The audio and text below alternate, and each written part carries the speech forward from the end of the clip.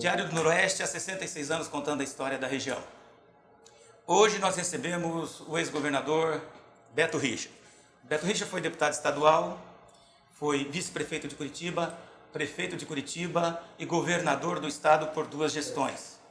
Concluiu seu mandato em 2018 e hoje nós recebemos o agora presidente do PSDB. Boa tarde, governador, prazer recebê-lo.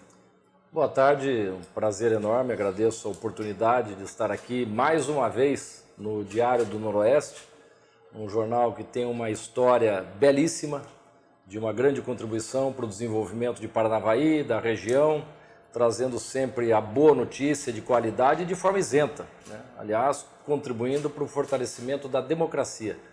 Tenho um profundo respeito pela imprensa, pela liberdade de expressão e aqui nesse jornal sempre encontrei a oportunidade de divulgar o nosso trabalho e de também colher boas informações das expectativas da população de Paranavaí e da região. Então, parabéns e parabéns a você também pelo Dia do Jornalista. Obrigado em nome de toda a nossa equipe. E para a gente entrar nos temas propostos aí dessa eleição de 2022, que finalmente parece que começou a tomar forma e ficar os debates um pouco mais acirrados. Governador, essa eleição ela é um momento, sobretudo, para o governador apresentar a sua biografia e os seus 8 anos de mandato e fazer a defesa desse mandato? Eu acho que sim, sempre é uma oportunidade de apresentar o histórico da gente. Aliás, acho que todo candidato devia fazer isso, porque eu costumo dizer o seguinte, o eleitor sempre fica muito desconfiado do candidato, porque na época de eleição todos se apresentam da melhor maneira possível, procuram ser o mais simpáticos possível para conquistar o voto do eleitor. E prometem muitas coisas que não sabem se é possível resolver ou colocar em prática. Então, o que eu sugiro? Que cada um dos eleitores acompanhe o histórico de cada candidato, o que cada um teve a oportunidade de fazer pela sociedade, principalmente se tiveram a oportunidade de exercer um cargo público, mesmo que não seja eletivo, que cada um fez. Então, acompanhar o histórico de realizações, ver se dá para confiar, porque quem fez, acho que merece o crédito para propor alguma coisa para frente. Então, eu sempre faço questão de apresentar a minha biografia, a minha trajetória na vida pública, o que eu fiz como deputado estadual, o que eu fiz como prefeito de Curitiba, o que eu fiz como secretário de obras da capital e, sobretudo, o que eu fiz no meu último mandato de governador. E esta cidade, esta região, são um grande exemplo da atuação marcante e firme da nossa administração. Estou aqui acompanhado de lideranças muito respeitadas da cidade, que tiveram conosco diversas vezes, levando até mim, até o meu governo, e a mim pessoalmente, as reivindicações da região. Sim. E eles podem avalizar ou não as minhas palavras de que tudo que eu recebi lá, eu me dediquei muito para colocar em prática o que é o anseio do povo de Paranavaí e da região. Eu acho que eu atendi 100% dos pedidos que chegaram até mim. Governador, 2018 foi um momento turbulento da vida política brasileira, pelos vários episódios, pelos embates que houve no cenário nacional, mas no Paraná houve uma questão atípica. O governador saía bem avaliado de 2 mandatos, e até estou tocando nesse assunto, o senhor até falou numa entrevista em Apucarana, salvo o melhor juízo anteontem, que não há constrangimento algum de falar disso. Não há. Por isso a minha pergunta. Que análise o senhor faz hoje, de forma já mais fria, fora do cenário, daquela turbulência, já que um governador bem avaliado tem uma eleição certa para senador, principalmente quando são 2 cadeiras. Então, se o senhor pudesse falar um pouco desse momento, daquele momento e desse novo momento, que me parece uma retomada da política, ou pelo menos publicamente da política. Foi um momento terrível, né? Um momento de muito sofrimento. Eu nunca imaginei na minha vida passar pelo que eu passei. Ter a minha casa invadida, e eu e minha mulher sermos sequestrados. E para você ter uma ideia do nível de perseguição e crueldade, a minha mulher não tem nenhum processo até hoje em relação àquilo. Ela não tem nenhuma denúncia apresentada. Por que ela não tem? Porque não existem provas, não existem mínimos elementos que corroborem as falsas acusações assacadas contra mim e a minha família. Agora, se não há nenhuma prova, como é que submete uma pessoa, principalmente uma mulher, a um trauma, a uma crueldade extrema, como o que fizeram com a Fernanda? Quem vai pedir desculpa para ela agora? Quem vai catar as penas lançadas ao vento? Um trauma que possivelmente a pessoa carrega até o final da sua vida. Ainda mais ela, com a origem que tem. Tudo que fez ao meu lado, na área social, que eu digo sempre, nenhuma administração se justifica se não produzir ações para melhorar a vida das pessoas. Principalmente aqueles que mais precisam da gestão pública, das ações, dos investimentos, das políticas públicas para ter uma condição de vida mais digna. E ela fez com maestria, com extrema dedicação e amor. Cuidou do povo mais pobre do Paraná e da periferia de Curitiba quando eu fui prefeito. Prova disso, Adão, que tem um órgão federal dos mais respeitados, que é o IPEA, Instituto de Pesquisas Econômicas Aplicadas, que faz sistematicamente avaliações no Brasil.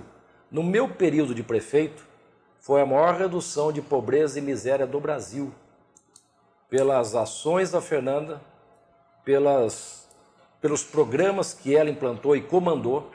Depois, no governo, o mesmo IPEA, fazendo uma avaliação entre os estados, foi a maior redução de pobreza e miséria dentre todos os estados do Sul e do Sudeste. E ela administrou, entre prefeitura e governo, mais de 7 bilhões de reais. Nunca se ouviu uma denúncia, ruído sequer de desvio de dinheiro, lidando com ONGs, com entidades, sequer má aplicação. Os programas dela, atuação, foram referências nacionais. Então, uma crueldade extrema. Eu peguei o ápice do ativismo judicial, o excesso de poder de uma instituição. Deixar claro, tenho profundo respeito, tanto pelo Judiciário quanto pelo Ministério Público. Sim. E demonstrei na prática como governador. Tinha um clima de extrema harmonia entre os poderes, que eu sempre busquei isso, a exemplo do que o meu pai fez quando governador. E aumentei, inclusive, o percentual de participação deles no orçamento do Estado, o orçamento deles. Então, não tem a menor explicação para o que aconteceu. O que acusavam lá atrás, muitos jornalistas de renome nacional, inclusive especialistas do direito, que estava tendo muito poder. E com isso, como diz o advogado Cacai, poder absoluto significa corrupção absoluta. Quem vigia, o vigia. Então, muitos perderam a mão. Mas não é por causa de meia dúzia que eu vou deixar de ter esse sentimento de profundo respeito ao Poder Judiciário e ao Ministério Público. Mas alguns macularam, sim, a imagem da instituição, exorbitando os seus poderes. E lá atrás acusavam também que a Lava Jato, a intenção principal deles era tomar o poder. E está aí confirmado hoje. O juiz, em conluio com o coordenador da Lava Jato, caiu a máscara com a revelação dos diálogos promíscuos. Porque imagina você sentar no banco dos réus e o juiz mancomunado, em conluio com o teu acusador. Você está morto, você está condenado, só vai esperar quantos anos de condenação? Então, um absurdo o que aconteceu no país. Numa democracia como é o Brasil, nós não estamos na Coreia do Norte. A honra, a reputação, a imagem das pessoas tem que ser respeitada. Demora-se uma vida, muitas vezes, para construir uma reputação e da noite para o dia você tem a tentativa, esfaqueado pelas costas, do assassinato da sua reputação. Eu não aceito. E o maior exemplo é o que fizeram com a minha mulher. Mas tudo está caindo, não podia ser diferente, por terra, estou sendo absolvido de tudo, porque não existe, asseguro, meia prova contra mim. É a palavra de delator, sem nenhuma prova, e a Constituição é clara, só pode homologar uma delação se tiver acompanhada de provas. Não, é palavra de delator, sem nenhuma prova, é diz que me disse. E eu sempre tive uma vida muito zelosa, sobretudo no campo ético, na correta aplicação dos recursos. Um governo que não prima pela correta aplicação dos recursos públicos, não deixa o Estado com a situação que eu deixei. A melhor situação financeira do Brasil, eu deixei 7 bilhões em caixa. Todos os municípios sabem, as lideranças atestam, que foi um canteiro de obras em cada município. Então, em relação a isso, eu estou muito tranquilo. Como eu disse, não tenho constrangimento em falar a respeito. Aliás, faço questão porque, como homem público, eu devo satisfação à sociedade, aos paranaenses que sempre confiaram em mim e no meu pai. A biografia da nossa família começou a ser escrita lá atrás, por José Richa, um homem de uma conduta moral e ética irrepreensível, reconhecido no Brasil inteiro, de partidos políticos da extrema esquerda e da extrema direita. Todos reverenciam a sua trajetória. E foi com ele que eu aprendi a fazer política. Com ele que eu me inspirei para entrar na vida pública. Aí tomei os meus cuidados. Da noite para o dia, me acontece isso tudo. Meu processo, resumindo, nunca foi jurídico. Foi político-eleitoral, porque você há de convir comigo. Que pré-requisito eu preencho para ser sequestrado da minha casa a 20 dias da eleição? Qual é? Não tem. A Constituição, para o resultado do pleito. Sim, a intenção era essa, aniquilar a minha candidatura. Eu tive a candidatura cassada.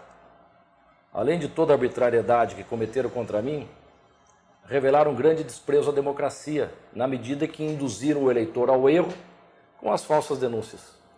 Qual o paralelo o senhor faz dos seus 8 anos de governo e desses 3 anos e 3 meses do atual gestor? É difícil estabelecer um paralelo. Eu, de 8, 9 meses para cá, comecei a andar o Estado de volta. Eu me recolhi, um momento que eu me afastei, para cuidar de mim, da minha família, da nossa defesa. E voltei a andar o Estado. Mas a palavra que eu mais escuto dessas lideranças que acompanharam de perto o que foi o nosso governo é saudades. Primeiro que eu estava presente nos municípios. Eu fui o único governador que visitou 100% dos municípios, os 399, num mandato. Reeleito, eu fui repassando. Recebi a todos em Curitiba, com muita satisfação e alegria. Ontem eu ouvi de vários prefeitos, numa grande reunião, em Loanda, que às vezes ele chegava até assim a marcar audiência e eu recebia. E o mais importante, o volume expressivo de recursos, de obras, investimentos na saúde, área social, segurança pública, educação, que nós destinamos a todos os municípios indistintamente. Eu nunca persegui um prefeito porque não me apoiou na eleição anterior. Isso é irresponsável. Eu fui muito justo com todos, porque se eu fizesse isso, eu estaria prejudicando uma população inteira, que não tem culpa se o governador não se dá com o prefeito, se não são da mesma corrente política, ideológica, e principalmente os mais pobres, né, que precisam da presença do governo para ter uma vida melhor, como eu disse anteriormente.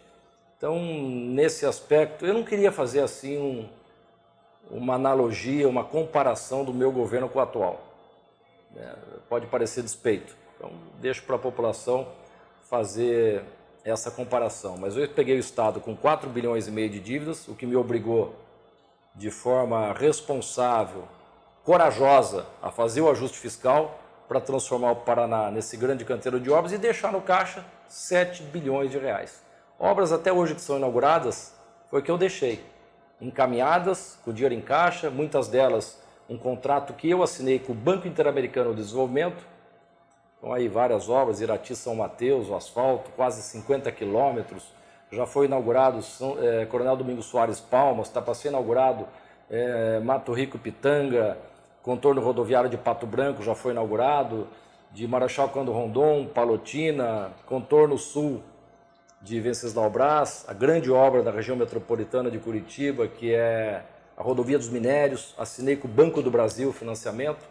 Enfim, então fico orgulhoso, porque até hoje meu governo está rendendo frutos, beneficiando todos os paranaenses num grande planejamento de ações voltadas para a infraestrutura do Estado. Isso garante desenvolvimento, isso garante oportunidade de emprego a todos. E fico orgulhoso porque não caiu do céu. Foi um planejamento intenso, um grande trabalho, sacrifício, ajuste fiscal, popularidade em risco, e deu certo. Graças a Deus, o nosso planejamento foi bem executado. Governador, o senhor está numa andança pelo Paraná, pelo PSDB, naturalmente, e se apresenta como pré-candidato a deputado federal. Gostaria que o senhor fizesse um balanço de como anda o PSDB no Paraná, e aí também pensando no PSDB nacional, que sabidamente encolheu. Sim, e emendando no Paraná também. Emendando uma outra questão em relação à política, eu ouvi hoje de um paranavaense, mas um governador agora candidato a deputado federal, como se fosse algo de menos importância. Eu gostaria que o senhor falasse um pouco desses dois temas, PSDB e a eventual candidatura a deputado federal. Bom, dando continuidade ao que eu estava dizendo, comecei a percorrer o estado, o pessoal com saudade, muitos pedindo para ir para governador. Eu ponderei as situações. Eu tenho que saber, as pessoas, todos nós temos que saber o momento de dar um passo atrás, né? A dificuldade de enfrentar um governo na reeleição, com a máquina na mão. Tudo que eu passei foi muito doído, muito sofrido.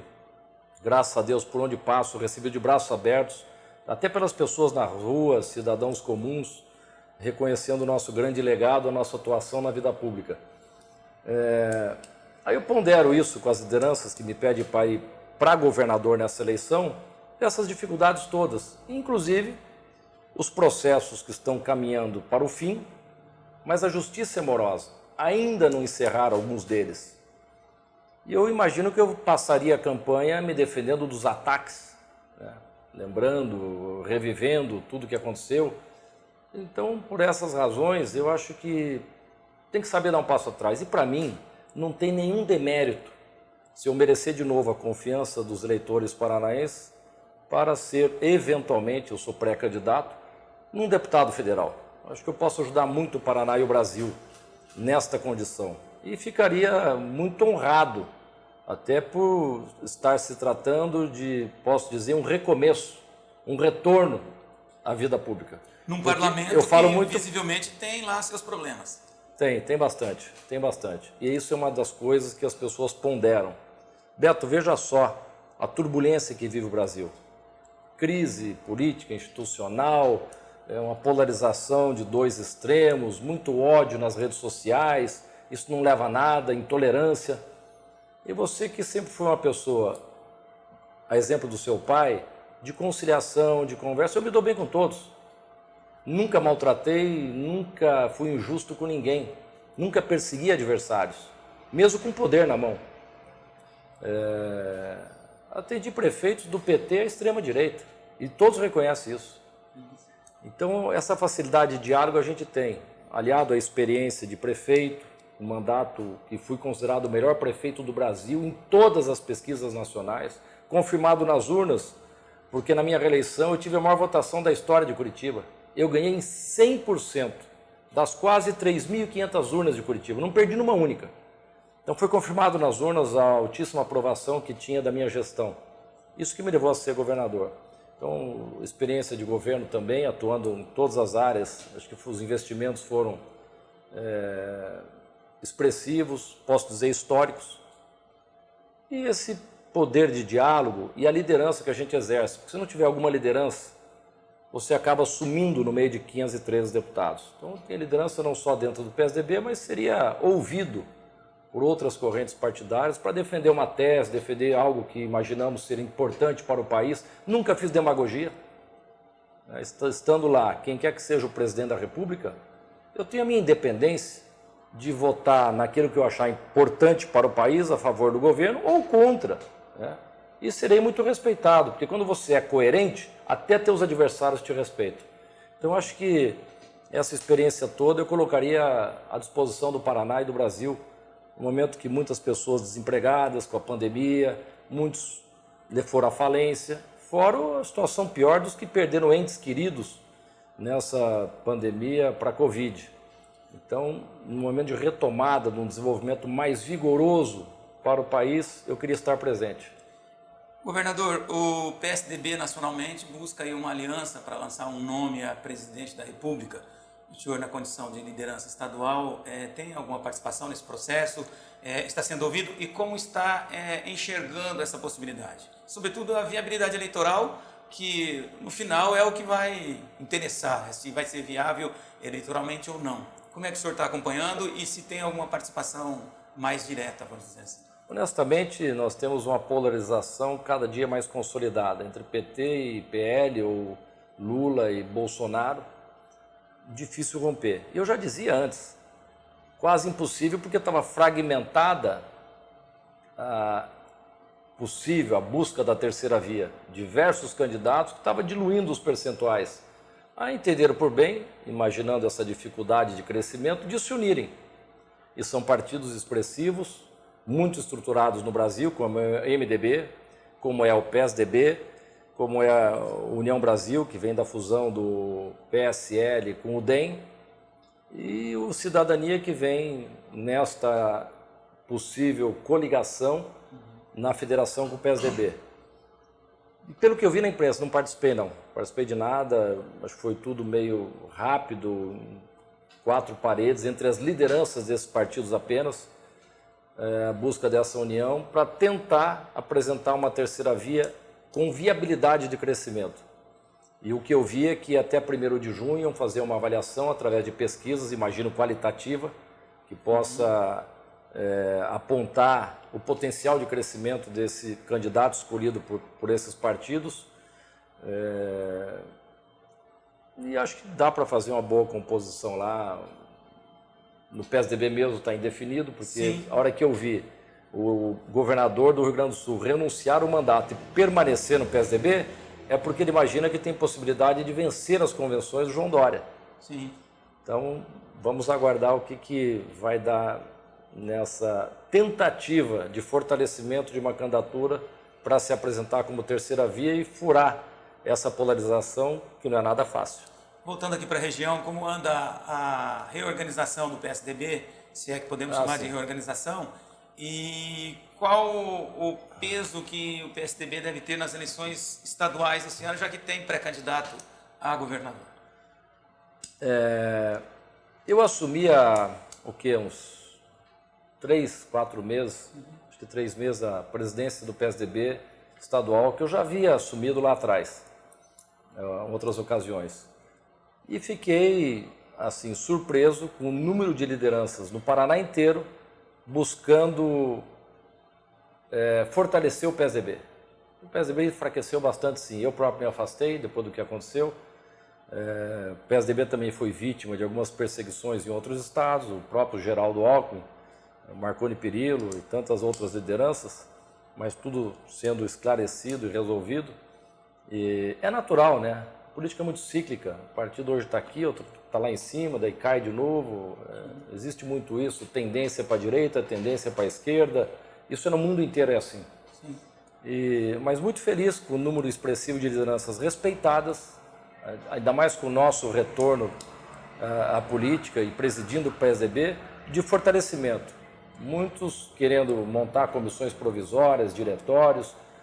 Conseguimos, com as dificuldades todas que nos foram apresentadas, montar uma chapa razoável de candidatos a deputados estaduais, deputados federais. Veio ao partido o César Silvestre, que se apresenta como pré-candidato ao governo do Paraná. Foi um grande prefeito de Guarapuava, uma importante cidade paranaense. Fiz uma grande parceria, tem expressivos investimentos do meu governo lá. Esteve um grande hospital regional. Ele esteve aqui, esteve né? Conosco. Esteve sim. E você pode ter percebido a clareza com que ele fala, a grande visão que ele tem do Paraná, dos seus problemas, soluções para resolvê-los, até da experiência de quem foi um bom prefeito de Guarapuava. Uma grande aprovação popular. Foi eleito, reeleito e fez o seu sucessor. Então tem possibilidade concreta, já estamos vendo nas pesquisas que estão acontecendo, ainda muito prematura até a eleição, mas já aponta um crescimento dele. Tem o candidato do PT também, eventualmente pode dar um segundo turno. E se isso acontecer, é uma nova eleição, tudo é possível. Mas tem crescido sim e é um bom candidato. Perfeito. Governador, da nossa parte, acho que foi esclarecedor para nós aqui de Paranavaí. Deixar à disposição, se algo não foi dito ou não foi perguntado, que o governador possa acrescentar, e agradecer muito ao senhor e às demais lideranças que estão conosco nesta tarde, e dizer que para o Diário do Noroeste é muito importante ouvir as lideranças do Paraná e manter as portas sempre abertas para que, a exemplo dos 66 anos que passaram, possamos continuar por mais 66 e quem sabe outros 66 e outros tantos. Então, muito obrigado e fique à vontade. Algo não foi dito. Eu que agradeço. E dizer aqui que eu estou acompanhado de lideranças expressivas aqui da cidade. Está aqui o Valdemar da Torre, está aqui o Demerval, o Nelsinho Quintino, o Valdur, o Marcelo Scarpante, aqui da região também, de Nova Londrina, e eles são testemunhas do trabalho conjunto, porque eu sou acessível, me ajudaram muito orientando as melhores ações do meu governo aqui na cidade, na região. Ontem, por exemplo, eu fiquei surpreso em ver o grande crescimento de Porto Rico, a partir da pavimentação asfáltica que nós fizemos, ligando a Porto São José, lá em São Pedro do Paraná, grandes empreendimentos, consolidando como um fortíssimo polo turístico de toda essa região e do Paraná, né? Gerando empregos e desenvolvendo fortemente a região. E aqui em Paranavaí mesmo, a duplicação da 376, um grande volume de recursos liberados para pavimentação asfáltica, investimentos na Santa Casa, na unidade Morumbi, saneamento, centenas e centenas de casas populares, a reitoria da Unespar, muitas regiões do Paraná disputavam. Eu entendi que era direito de Paranavaí, era considerado aqui fim de linha antes do meu governo, e nós temos que resgatar essa dívida que o Paraná tem com Paranavaí e região. Implantamos o curso de Direito, enfim, uma série de investimentos aqui, pela boa parceria que nós fizemos com as entidades do setor produtivo. É assim que eu gosto de trabalhar. E agradecer mais uma vez a oportunidade, Adão, e cumprimentar o Diário do Noroeste por 66 anos de boa notícia, trazendo aqui as matérias e notícias de qualidade, com isenção para toda a população. Parabéns por essa brilhante trajetória e a história que se confunde com a história de Paranavaí e região. Muito obrigado, boa tarde e seja sempre bem-vindo ao Diário do Noroeste. Boa tarde, eu que agradeço.